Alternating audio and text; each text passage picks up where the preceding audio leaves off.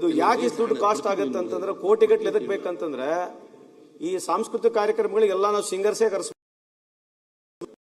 ಕರೆಸ್ಗಳಿಂದ ಇದು ಬೇರೆ ಬೇರೆ ತರದ್ದು ಆರ್ಟಿಸ್ಟ್ಗಳನ್ನ ಕರೆಸಿದ್ರೆ ಆ ಕಾಸ್ಟ್ ಜಾಸ್ತಿ ಇದೆ. ನೀವು ಬರೀ ಸಾಂಸ್ಕೃತಿಕ ಕಾರ್ಯಕ್ರಮ ಮಾಡಿದ್ರೆ ಅಷ್ಟು ಕಾಸ್ಟ್ ಆಗಲ್ಲ. ಒಂದು ಇನ್ನೊಂದು ಸಚಿವರೇ ಇದು ಎಲ್ಲಾ ಜಯಂತಿಗಳಲ್ಲಿ ಡಿಜೆ ಒಂದು ಬಹಳ ದೊಡ್ಡ ಪ್ರಾಬ್ಲಮ್ ಆಗ್ಬಿಟ್ಟಿದೆ. ರಾಜಕೀಯವಾಗಿ ನಾವೆಲ್ಲ ವಿಚಾರ ಮಾಡಬೇಕಿದು. ಯಾವುದೇ ಜಯಂತಿಗಳು ಬರಲಿ ಡಿಜೆಗಳಲ್ಲಿ ಐಟಮ್ ಸಾಂಗ್ ಇಲ್ಲ ಅಂದ್ರೆ ನಮ್ಮ ದೇವ್ರ ಮುಂದೆನೆ ಹೋಗೋದಿಲ್ಲ. ಅದು ಅಲ್ಲ ಹೇಳ್ತಾರೆ, ಯಾವುದೇ ಜಯಂತಿಗಳು ಬರಲಿ ಆ ಡಿಜೆ ಎಷ್ಟು ದೊಡ್ಡ ಪ್ರಮಾಣದಲ್ಲಿ ನಡೀತೈತೆ ಅಂತಂದ್ರೆ ಇದು ನಿಜಕ್ಕೂ ಅಸಹ್ಯ ಆಗ್ತಕ್ಕಂಥದ್ದೆ. ಯಾವುದೇ ಒಂದು ಸಂಸ್ಕೃತಿನ ಐಟಮ್ ಸಾಂಗ್ಗಳಲ್ಲಿ ಡಿಜೆ ಬಾರಿಸಿ ದೊಡ್ಡ ಪ್ರಮಾಣ ಗಲಾಟೆ ಆಗ್ತಕ್ಕಂಥದ್ದು ಇದು ಯಾವುದು ಸಂಸ್ಕೃತಿಗೆ ಒಳ್ಳೇದಾಗೋದಿಲ್ಲ.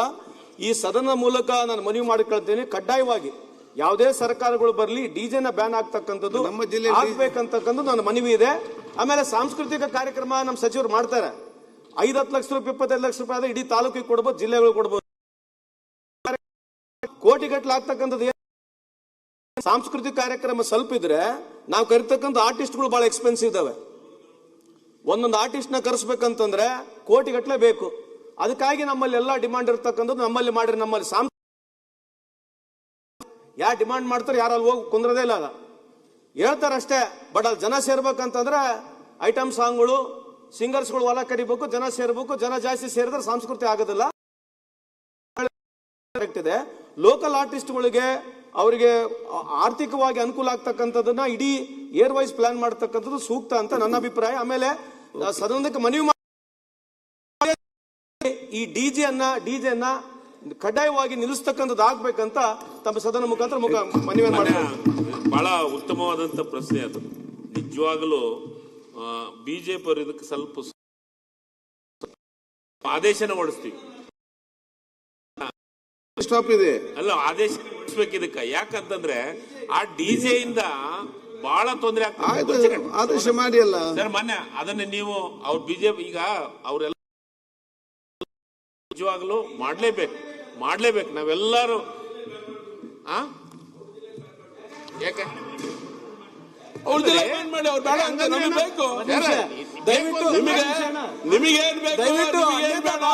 ಚರ್ಚೆ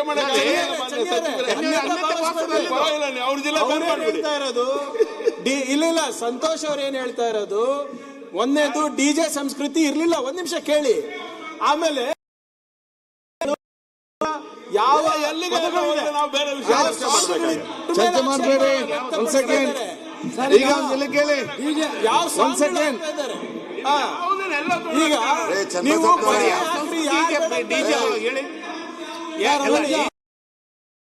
ಒಂದ್ ಸೆಕೆಂಡ್ ಡಿಜೆ ಸಂಸ್ಕೃತಿ ಈಗ ಹುಟ್ಟಿದ್ದು ಅಧ್ಯಕ್ಷರೇ. ಹಾಗೆ ಇತ್ತೀಚೆಗೆ ಈ ಮೆರವಣಿಗೆಗಳಲ್ಲಿ ಸಾಂಗ್ಗಳು ಯಾವ್ದು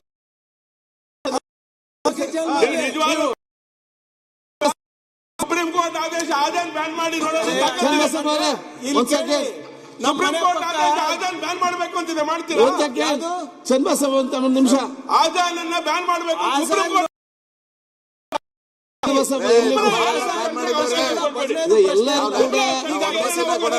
ಸುಪ್ರೀಂ ಕೋರ್ಟ್ ಹೇಳಿದೆ ಅದು ಕಂಟ್ರೋಲ್ ಮಾಡಿದ್ದೀರಾ ಅಂತ ಹೇಳಿ ನಿಮ್ಗೆ ಸರೆಂಡರ್ ಆಗ್ಬಿಡ್ತೀನಿ ನಾನು.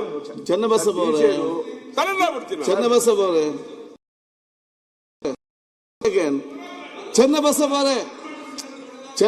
ಅವರೇ ಸುಪ್ರೀಂ ಕೋರ್ಟ್ ಆದೇಶ ಅದು ಸೌಂಡಿಗೆ ಸಂಬಂಧಪಟ್ಟಾಗ ಇಷ್ಟು ಡೆಸಿಮಲ್ ಇರ್ಬೇಕಂತ ಹೇಳಿ ಅದು ಎಲ್ಲ ಸರ್ಕಾರ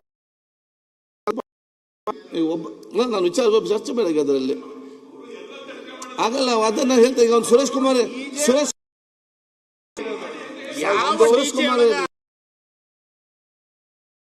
ಮಾತಾಡ್ಲಿ. ಸಂತೋಷ್ ಐಟಮ್ ಸಾಂಗ್ಗಳು ನಮ್ಮ ದೇವಸ್ಥಾನಗಳ ಮೇಲೆ ಮಾತಾಡಿದ್ರಿ, ಮಾತಾಡ್ಲಿ. ಸರಿ. ಇವತ್ತು ಪ್ರಿಯಾಂಕ್ ಖರ್ಗೆ ಅವ್ರು ಏನ್ ಹೇಳಿದ್ರು, ಇದು ನಮ್ಮ ಸಂಸ್ಕೃತಿ ಅಲ್ಲ. ಇದು ತಾವೇನ್ ಹೇಳಿದ್ರಿ, ಐಟಮ್ ಸಾಂಗ್ಸು ಇದರಿಂದ ಇದಾವೆ. ನಾನು 100 ಒಪ್ಕೋತೀನಿ. ಇದ್ರ ಇನ್ನೊಂದು ಭಾಗ ಇದೆ, ಆ ಡಿಜೆ ಇಂದ ಬರ್ತಾ ಇದೆಯಲ್ಲ ಸೌಂಡ್, ಅದು ಯಾರಾದ್ರೂ ಕೂಡ ಹಾರ್ಟ್ಗೆ ಆ ಪೇಸ್ ಬೇಕರ್ ಹಾಕೊಂಡಿದ್ರೆ ಅವ್ರದ್ದು ನಾನು ನೋಡಿದ್ದೀನಿ. ಅವ್ರು ಒದ್ದಾಡೋದು, ಆ ಎಳೆ ಮಕ್ಕಳು ಕಿವಿ ಮುಚ್ಕೊಳ್ತವೆ. ನಾವು ಕಾರ್ಯಕ್ರಮ ಮಾಡೋರು ನಮ್ಗೆ ಯಾರಿಗೂ ಕೂಡ ಪರಿವೇ ಇರೋದಿಲ್ಲ. ಯಾರ ಮೇಲೆ ಏನ್ ತೊಂದರೆ ಆಗ್ತಿದೆ. ಯಾಕಂದ್ರೆ ಪೊಲೀಸರು ಕೂಡ ನಿಸ್ಸಹಾಯಕರು, ಆರ್ಗನೈಸರ್ಸ್ ಇದು ಎದುರಾಕೊಳ್ಳಕ್ಕಾಗಲ್ಲ. ಯಾರು ಕೂಡ ಸರ್ ಹೋಗ್ಬಿಡ್ತದೆ ಕಿವಿಯದು, ಆ ರೀತಿ ಒಂದು ಸ್ಥಿತಿ ಇದೆ. ಸೊ ನಾವು ಯಾವ್ಯಾವುದೋ ಮಾಲಿನ್ಯದ ಬಗ್ಗೆ ಆಗ್ತಾ ಇರುವ ಸೌಂಡ್ ಮಾಲಿನ್ಯ ಇದೆ, ಶಬ್ದ ಮಾಲಿನ್ಯ, ಅದರಿಂದ ಆಗ್ತಾ ಇರೋ ದುಷ್ಪರಿಣಾಮ, ಇದ್ರ ಬಗ್ಗೆ ಗಂಭೀರವಾಗಿ ಇವತ್ತು ಯೋಚಿಸಬೇಕಾಗಿದೆ. ಈಗ ಇದರ ಬಗ್ಗೆ ಒಂದ್ ಸೆಕೆಂಡ್, ಈಗ ಇದು ಡಿಜೆ ಬೇಕಾ ಬೇಡ ಚರ್ಚೆಯನ್ನು ಚರ್ಚೆಗೆ ಅವಕಾಶ ಮಾಡಿ ಕೊಡ್ತೇನೆ ನಿಮ್ಗೆ.